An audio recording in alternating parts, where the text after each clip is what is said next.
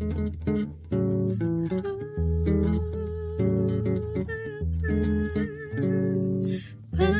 me not a gentle Savior, hear my humble cry, while on others thou art calling, do not pass me by.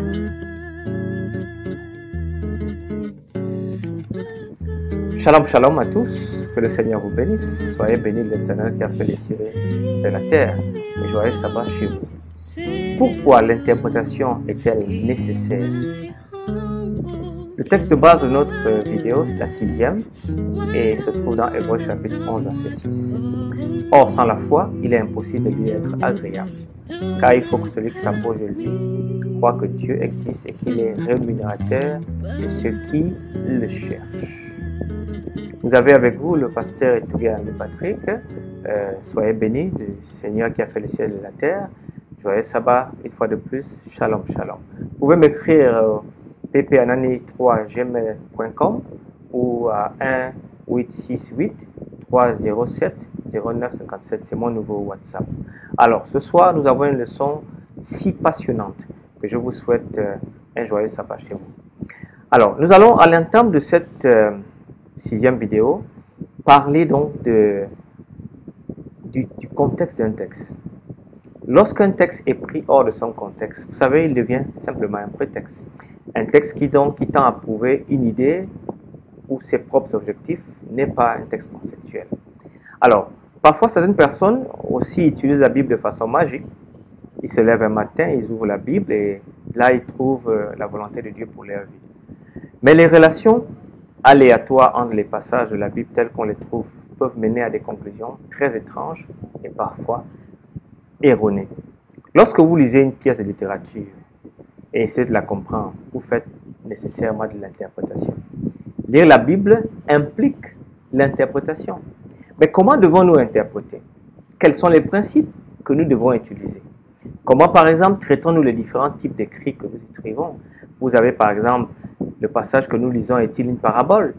Est-il un rêve prophétique ou un symbole ou un récit historique, une narration, simplement comme on l'appellerait? La décision d'une question aussi importante du contexte de l'écriture implique un acte d'interprétation. On doit se rappeler des paroles de Michael Heiser qui dit ceci. La Bible, je cite, n'a pas été écrite. La Bible, tant pour moi, la Bible fut écrite pour nous, mais elle n'a pas été écrite à nous. En fait, ce qu'ils ont écrit, les auteurs de la Bible, est toujours vital pour nous aujourd'hui, mais n'est vital que si nous pouvons précisément discerner le message qui avait d'abord été donné à ces anciens auditeurs et lecteurs, afin qu'ils puissent être productifs pour nous aujourd'hui. Je pense que la pensée de Heiser est très importante. Alors, nous allons parler ensuite des présuppositions. Vous savez, du latin du XIVe siècle, présupposition signifie supposition préalable. Il vient d'un latin du XIVe siècle que j'appellerais supponere. Alors, supponere signifie mettre sous. Ici donc, c'est des choses qui sont sous-jacentes à mon interprétation, souvent conscient ou non. Donc, je voudrais préciser que personne ne lit la Bible sans a priorisme, ni idée reçue, ni préjugés, ni supputation à l'avance. En effet, nous ne pouvons lire la Bible tabula rasa, c'est impossible. La neutralité à 100% est impossible, nous sommes des humains. Chaque lecteur, chaque étudiant de l'écriture vient à la Bible avec une histoire particulière et une expérience personnelle qui a inévitablement un impact sur le processus d'interprétation. Même les disciples de Jésus-Christ, en pensant que Christ venait pour sauver le peuple contre l'Empire romain et les sauver de leur misère, avaient donc ce contexte qui les a empêchés de voir les bienfaits de la vie de Christ, sa mort et sa résurrection. Nous présupposons ou acceptons, même inconsciemment, un certain nombre d'idées qui peuvent nous influencer dans une direction ou dans une autre, lorsque nous interprétons. La neutralité totale, comme je l'ai dit, où l'objectivité absolue ne peut être atteinte. L'étude de la Bible et de la réflexion théologique se produisent toujours dans un contexte particulier. Nous devons donc faire attention à la nature de la Bible et de notre interprétation. Alors, la bonne nouvelle, c'est que le Saint-Esprit peut avoir un rôle important pour ouvrir et corriger nos perspectives et présupposés limités que nous venons, lorsque nous venons à la Bible pour apprendre et non trouver des excuses ou des raisons. Jean chapitre 16, verset 13. La Bible dit, « Lorsque le Consolateur sera venu, l'Esprit de vérité, il vous conduira dans toute la vérité, car il ne parlera pas de lui-même, mais il dira tout ce qu'il aura entendu. Il vous annoncera les choses à venir. » Jean 14, 26 dit, « Mais le Consolateur, l'Esprit de vérité, que le Père enverra en mon nom, vous enseignera toutes choses et vous rappellera ce que je vous ai dit. » Alors nous devrions donc identifier nos présuppositions, issues de notre culture, de notre ethnie, du monde dans lequel nous vivons, et les soumettre honnêtement à la parole de Dieu, afin que par l'Esprit de Dieu, nos idées puissent être remodelées. Vous savez, de nos jours, nous ne pouvons pas lire généralement la Bible en langue hébraïque ni en langue grecque, mais nous la lisons dans les traductions. Alors, vous savez, dans l'ancien temps, à partir du XIIIe siècle jusqu'à maintenant, jusqu'alors, nous avons environ, selon Alfred Cohen, 400 versions, révisions ou nouvelles versions qui ont été produites en français, dont la plupart d'entre elles étaient, on peut dire, il y a une quinzaine qui sont couramment utilisées par le monde partout. Alors, la première traduction qui a été faite sur des manuscrits originaux grecs et hébreux a été faite par Pierre Robert dit d'Olivetan, dont la Bible d'Olivetan, par ce interprète, ce grand érudit qui était le cousin de Jean Calvin, qui a nourri les hommes et les femmes de la Réforme, a été traduite en 1535 à Neuchâtel. Alors, il introduit, sa particularité, c'est qu'il introduit l'épithète éternel pour traduire le tétragramme Yahweh. Alors, le psaume 23 de cette version de 1535 se lit comme suit. Le Seigneur est mon pasteur, je n'aurai faute de rien. Il me fait reposer ex pascies herbes. Il me mène auprès des eaux coïs. Il réfectionne mon âme. Tu appareilleras la table devant moi, présent seul ce qui me tourmente. Tu engraisseras mon chef de oignement, et ma coupe est remplie à comble. Voyez donc, une version comme celle-ci, on ne peut plus la lire parce que le français a changé. Vous avez réflexionné mon âme. Le mot réflexionner qui était utilisé pour les humains maintenant est passé dans le vocabulaire des maîtres tailleurs. Donc le français évolue tous les 25 ans. Eh bien, la Bible a été écrite en 3 langues. La plus grande partie a été écrite en hébreu avec 6284 mots utilisés. 652 termes en araméen dans Esdras chapitre 4 verset 8 à Esdras chapitre 6 verset 18 et d'Esdras chapitre 7 verset 12 à chapitre 7 verset 26. Et à partir de Daniel chapitre 4, la deuxième partie du verset jusqu'au Daniel chapitre 7 verset 28, vous avez un verset de Jérémie chapitre 10 verset 11. Et dans Genèse chapitre 31 verset 47, il y a Jagar Shalaruta qui était mot araméen. Le Nouveau Testament, quant à lui, a été écrit dans un grec populaire appelé le Koine, qui a 5386 mots utilisés. Ces langues, en effet, ne sont plus des langues parlées, on les considère comme étant des langues mortes. Par conséquent, la Bible a besoin d'être traduite dans différentes langues. Mais ceci fait partie du cœur, même du désir de Dieu. Parce que dans Apocalypse chapitre 14, verset 6, la Bible nous dit « L'évangile éternel devait être annoncé aux habitants de la terre, à toute nation, à toute tribu, à toute langue et à tout peuple. » Matthieu 24, verset 14 dit « La bonne nouvelle du royaume sera prêchée dans le monde entier pour servir de témoignage à toutes les nations. » Donc la Bible avait en elle-même les prémices de la traduction. Quoique donc l'épopée de sumérienne de Gilgamesh qui a été écrite en 2600 ans avant Jésus fut traduite en akkadien au XVIIe siècle avant Jésus, la traduction de l'Ancien Testament par les 72 prêtres de Jérusalem à Alexandrie en 267 avant Jésus fut le premier livre qui a été traduit dans une langue différente. Alors, aujourd'hui, 4/5 de la population du globe peut lire tout du moins une partie des Saintes Écritures dans quelques 2000 langues dans lesquelles la Bible a été traduite. Différemment du Coran, qui ne devrait en principe pas se traduire parce qu'on en donnerait le sens. La Bible est un encouragement par lui-même que tous les peuples de la terre, dans les tribus, dans leur langage, puissent être touchés. Ici, il n'est pas question d'exporter le grec ou l'hébreu chez ces peuples, mais d'exporter la pensée, la compréhension, l'interprétation correcte chez ces peuples. Alors, il est donc plus facile de traduire un article sur la physique nucléaire du russe en anglais que de traduire le livre de Job en anglais ou en français. Vous voyez, donc ce serait très important. Alors, comment nous nous y prenons?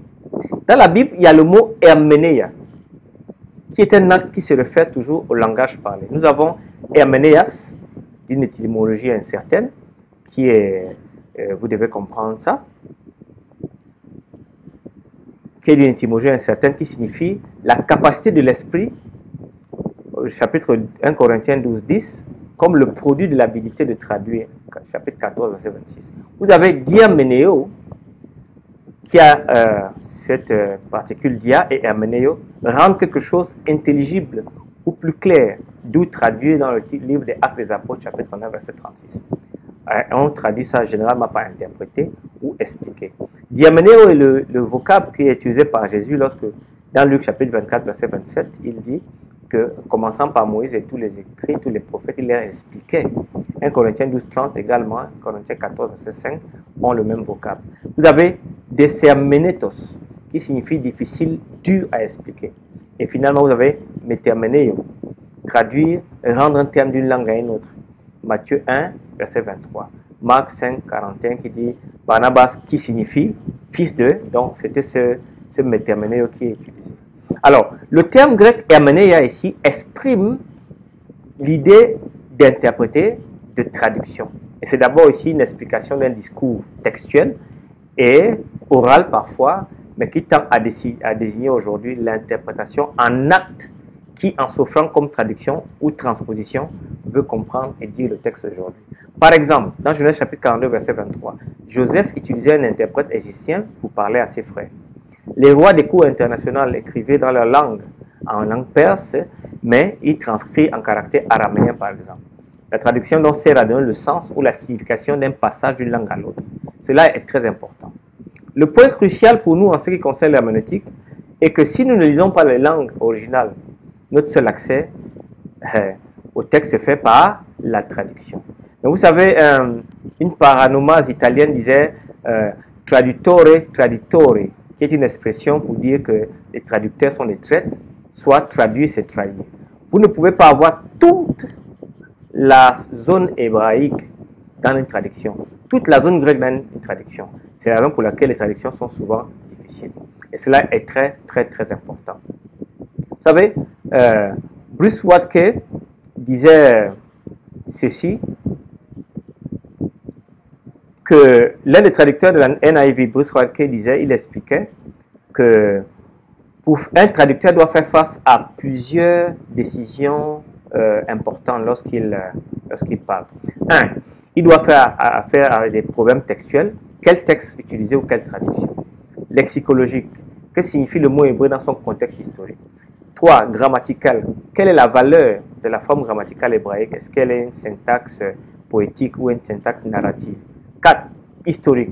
Que signifie ce texte pour ses premiers destinataires? 5. Rhétorique. Le poète emploie-t-il une figure de style? Si oui, que signifie-t-elle? Poétique. Comment les lignes hébraïques de la poésie et ses strophes doivent-elles être analysées ou interprétées? 7. Vous avez également le problème théologique. Que signifie ce texte à la lumière de l'ensemble de la Bible? Vous voyez donc, la traduction des Saintes Écritures présente un certain nombre de difficultés particulières parce qu'elles sont à la fois une source d'information et d'inspiration. Les traductions doivent être exactes aussi bien que belles, cela va de soi. Elles doivent se prêter à une lecture rapide autant qu'à une étude approfondie. Elles doivent aussi convenir à une lecture publique, solennelle, devant de grands comme des petites histoires. Ça, c'est très important. Alors, selon Rabbi Nathan, vous voyez la Bible Tob que vous connaissez, la Bible de Jérusalem, qui sont des Bibles qui sont très respectées, elles ne respectent pas les principes de l'exégèse, toutefois littérale traditionnelle. Elles ont utilisé dans leur traduction, parmi les 70 traducteurs qu'il y a eu dans ce groupe d'érudits, elles ont utilisé la méthode historico-critique, née des siècles de lumière. Ils les appellent ici des traductions anti-traduction de la Bible. Un des spécialistes de la Torah a relevé 669 erreurs évidentes sur la Bible de Jérusalem, uniquement dans le livre de la Genèse. Eh bien, la lecture de la Bible, si vous ne connaissez ni l'hébreu ni le grec, vous devez donc avoir plusieurs traductions. pouvez utiliser la Bible Jérusalem, la Bible Tob, mais surtout une Bible protestante comme la Bible du second 1910-1975 révision, et la Bible Observal et toutes ces Bibles que vous pouvez au maximum utiliser. Prenez par exemple le grec sozo qui signifie à la voix moyenne, à la voix passive sauver. Pour certains passages, les traducteurs peuvent hésiter entre traduire ceux qui sont sauvés ou ceux qui sont en train d'être sauvés ou ceux qui seront sauvés. Vous voyez, dans Actes chapitre 2, verset 47 plutôt, ce problème s'est posé. Si les traductions protestantes traduisent généralement par ceux qui sont sauvés et ils ajoutaient à l'église ceux qui sont sauvés, les traductions catholiques par exemple traduisent par un futur qui seront sauvés ou parfois par l'expression surprenante ceux qui se sauvent. Alors donc, vous voyez donc une traduction n'est pas suffisante pour finir une étude, pour accomplir une étude. L'immense majorité des traductions françaises modernes se basent donc sur une édition de texte grec dit texte éclectique. Mais avant, il y avait un texte qui était différent. La tradition protestante ancienne dans la lignée de la Bible de Livetan que j'ai mentionnée, la Bible de Genève, la Bible de Martin, la Bible d'Orceva se base sur un texte dit texte reçu, ou un texte type byzantin. La Bible second 21 se base sur un texte dit majoritaire, donc ne suit pas le texte éclectique. Il y a aussi des traductions littérales, et ça vous devez connaître la nuance. Ces traductions littérales sont importantes. Donc, dans les traductions littérales, il y a une littéralité où le privilège est mis sur le sens. Vous avez donc Paroles de vie qui sont une traduction dynamique qu'on appelle fonctionnelle, qui essaie de donner le sens et non la forme. Le focus ici, c'est le sens et non la forme. Vous avez la Bible du Sémin, la Bible français courant, nouvelle tradition liturgique, la Bible de Top qui sémente les deux, et les Bibles littérales, où ici c'est la forme qui importe, Bible second, Bible Jérusalem, Bible la nouvelle, Bible second, la Bible d'Arbi, la Bible Chouraki. Mais nous pouvons encore aller loin dans le sens. Il y a sur le sens du langage, il y a d'autres types de Bibles encore que vous pouvez avoir. Il y a les traductions littérales et les traductions dont le langage est plus avancé. Alors, ceci est très important à faire comme différence. Le niveau de langage est élevé dans la Bible seconde, dans la NBS, dans la Jérusalem, d'Arbi et Chouraki. Chouraki a un langage qu'on ne peut même pas dire qu'il est français, c'est un langage qui a été façonné pour sa traduction. Les Français ne parlent pas comme il a traduit. Mais, sur le plan biblique, il vous a transposé l'hébreu dans le français. Maintenant, le langage fondamental français courant, là, vous avez la parole de vie, français courant, second 21, parole vivante, nouvelle traduction. Je n'ai pas laissé la Bible des témoins de Jéhovah parce que c'est une Bible qui a pris des libertés trop partisanes. C'est pour cela que plusieurs ne la considèrent pas comme étant la parole de Dieu. La Bible donc est la culture. Alors, aucune interprétation n'est correcte si les destinataires originaux ne l'ont pas compris de cette façon. Il est insensé de demander qu'est-ce que cela signifie pour moi jusqu'à ce que vous ayez répondu à la question qu'est-ce que cela signifiait pour ceux qui l'ont entendu la première fois. Le contexte historique donc traite avec le cadre culturel de référence dans lequel la communication a eu lieu. Ceci est très important. Puisque l'écriture est originaire d'un contexte historique, vous pouvez le comprendre correctement seulement à la lumière de l'histoire biblique. Vous devriez le chercher donc à comprendre l'intention originale de l'auteur basée sur l'histoire et la culture de son temps. Nous parlons ici de 3300, 3500 années qui ont passé entre la rédaction et la réception. Le Saint-Esprit donc a écrit à travers les auteurs et nous avons ce legs aujourd'hui. Par exemple, que se passe-t-il lorsque vous lisez un texte comme 2 Corinthiens chapitre 6 verset 12? Vos entrailles se sont rétrécies. Ceci est dit. Comment comprenons-nous le mot entrailles? Le terme plaknon, entrailles, qui signifie les intestins, et tout ce qui est interne comme le cœur, les poumons, le foie, ainsi de suite. Sur le plan culturel, les entrailles étaient considérées comme le siège des plus violentes passions, telles que la colère et l'amour, pour les Grecs. Mais pour les Hébreux, le siège des plus tendres affections, en particulier la bonté, la bienveillance, la compassion. De là, notre cœur est un cœur dans lequel réside la miséricorde. Alors, les entrailles, donc, sur le plan hébraïque, signifient les entrailles, l'affection, la tendresse, l'angoisse de cœur. C'est pour cela donc que Tob va traduire « Vous n'êtes pas à l'étroit chez nous, c'est en vous même que vous êtes à l'étroit ». La Bible française courante dira « Nous ne vous avons pas refusé notre affection, c'est vous qui avez fermé le cœur ». Voilà donc comment la culture peut aider à comprendre un texte, à jeter de la lumière sur un texte. Quand l'Éternel promet, par exemple, ma face ira devant toi, que voulait-il dire? Il voulait simplement dire, je te précéderai. Quand les femmes de Jérusalem se sont écriées, heureux le sein qui t'a porté, heureuse les mamelles qui t'ont allaité. Elle dira aujourd'hui, heureuse la femme qui t'a mise au monde et qui t'a allaité. Hein? L'âme est souvent mise pour la personne dans Isaïe 26, verset 9, ou le Somme 19, verset 8, Marc chapitre 3, verset 4, et peut se remplacer par je. Lorsque Jésus dit que mon âme est triste jusqu'à la mort, on pourrait dire je suis triste jusqu'à la mort. Alors, pour parler maintenant de la nature pécheresse et les interprétations de l'Écriture, il ne fait aucun doute que l'homme a été entaché de péché et que le péché a radicalement transformé ici, a fracturé notre relation avec Dieu. En la matière, donc, de l'étude des Écritures, la parole elle-même devient un jugement parce que souvent elle nous juge et ça, les gens n'aiment pas être jugés.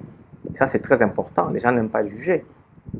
Pourquoi dans l'interprétation est nécessaire? C'est parce que justement, on est éloigné de ce contexte, on est éloigné de Dieu souvent lorsque nous venons vers la Bible. Et souvent, cette attitude atténue l'autorité divine des Écritures. Parce que l'orgueil peut s'en suivre et conduit souvent à interpréter, où on insiste trop sur la raison humaine comme arbitre final de la vérité, même si les vérités se trouvent dans la Bible. Le péché donc favorise donc cet élément de doute dans lequel nous vacillons comme nous sommes enclins à ne pas croire à la parole de Dieu. Et pour terminer, pourquoi l'interprétation est-elle importante? Écoutez, Néhémie chapitre 8, verset 8, la Bible nous dit, ils lisaient distinctement dans le livre de la loi et ils en donnaient le sens pour faire comprendre ce qu'ils avaient lu.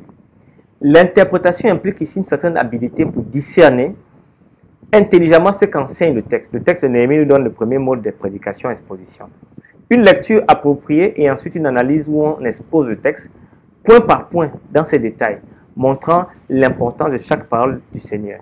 Le texte appelle cet exercice parash. Donner le sens, c'est ainsi montrer l'importance et l'utilité dans la vie pratique, car le passage lu et finalement faire comprendre à l'esprit de la lettre du texte dans la lecture. Ceci se fait en 4 étapes. Dans le texte de Néhémie, lire le texte à haute voix, en langue originale, on appelle ça kara. La lecture était distinctement faite, clarifiée durant le processus par les parash. Et en y mettant de la perspicacité de la compréhension de la lecture qu'on appelle le binyan, la compréhension. C'était donc l'ancienne méthode pour exposer la parole de Dieu parmi les Juifs. Et ce mode est encore plus nécessaire pour nous aujourd'hui, parce que les écrits sacrés tels qu'ils sont venus de Dieu sont enfermés dans des langues qui ne sont plus vernaculaires. Donc il faut lire à haute voix, il faut expliquer point par point, et il faut interpréter de manière à donner du sens à ces gens. C'est pour cela donc que dans certains textes, vous voyez dans 2 Pierre chapitre 3 verset 15 à 16, croyez que la patience de notre Seigneur est votre salut, comme notre bien-aimé frère Paul l'a aussi écrit, selon la sagesse qui lui a été donnée. C'est ce qu'il fait dans toutes les lettres où il parle, ces choses dans lesquelles il y a des points difficiles à comprendre. Donc la Bible a des points difficiles, malgré qu'elle est généralement assez cohérente. En abordant dans l'étude de la parole, mettez de côté vos idées préconçues. Vous n'atteindrez jamais la vérité en étudiant les Écritures pour défendre vos idées personnelles. Laissez-les de côté. Écoutez le cœur contrit, ce que le Seigneur va vous dire. Laissez l'esprit vous parler. La parole donne l'intelligence aux hommes chercheurs qui s'assiedent au pied de la croix. Donc, chers amis, je vous en prie, les Écritures sont notre sauvegarde. L'interprétation est nécessaire comme dans toute œuvre humaine. Notre vision du monde, notre éducation, notre culture peuvent influencer. C'est pour ça qu'autant que faire se peut, nous devons faire attention. Soyez bénis l'Éternel qui a fait les cieux et la terre. Joyeux sabbat chez vous. Pourquoi l'interprétation était-elle nécessaire? Vous avez été avec le pasteur Etougué Andy Patrick. Écrivez-moi s'il vous plaît à ppanani3gmail pour poser vos questions. Et vous pouvez me faire un WhatsApp à 1-868-307-0957. Que le Seigneur vous bénisse et vous garde. Prions le Seigneur. Seigneur, nous avons vu la grâce d'interpréter tes Écritures avec cohérence. Je prie que tu bénisses ton peuple afin que cette leçon puisse être utile dans leur vie. C'est les grâces que nous te demandons dans le nom puissant et précieux de Jésus-Christ. Amen.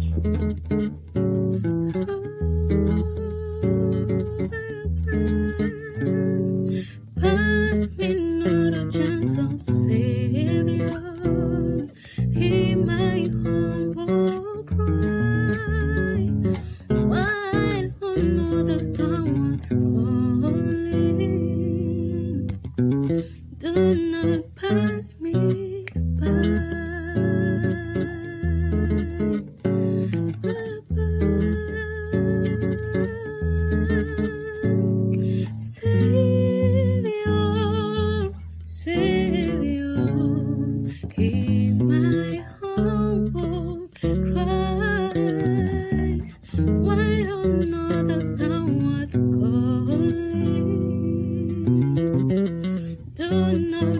Passe-moi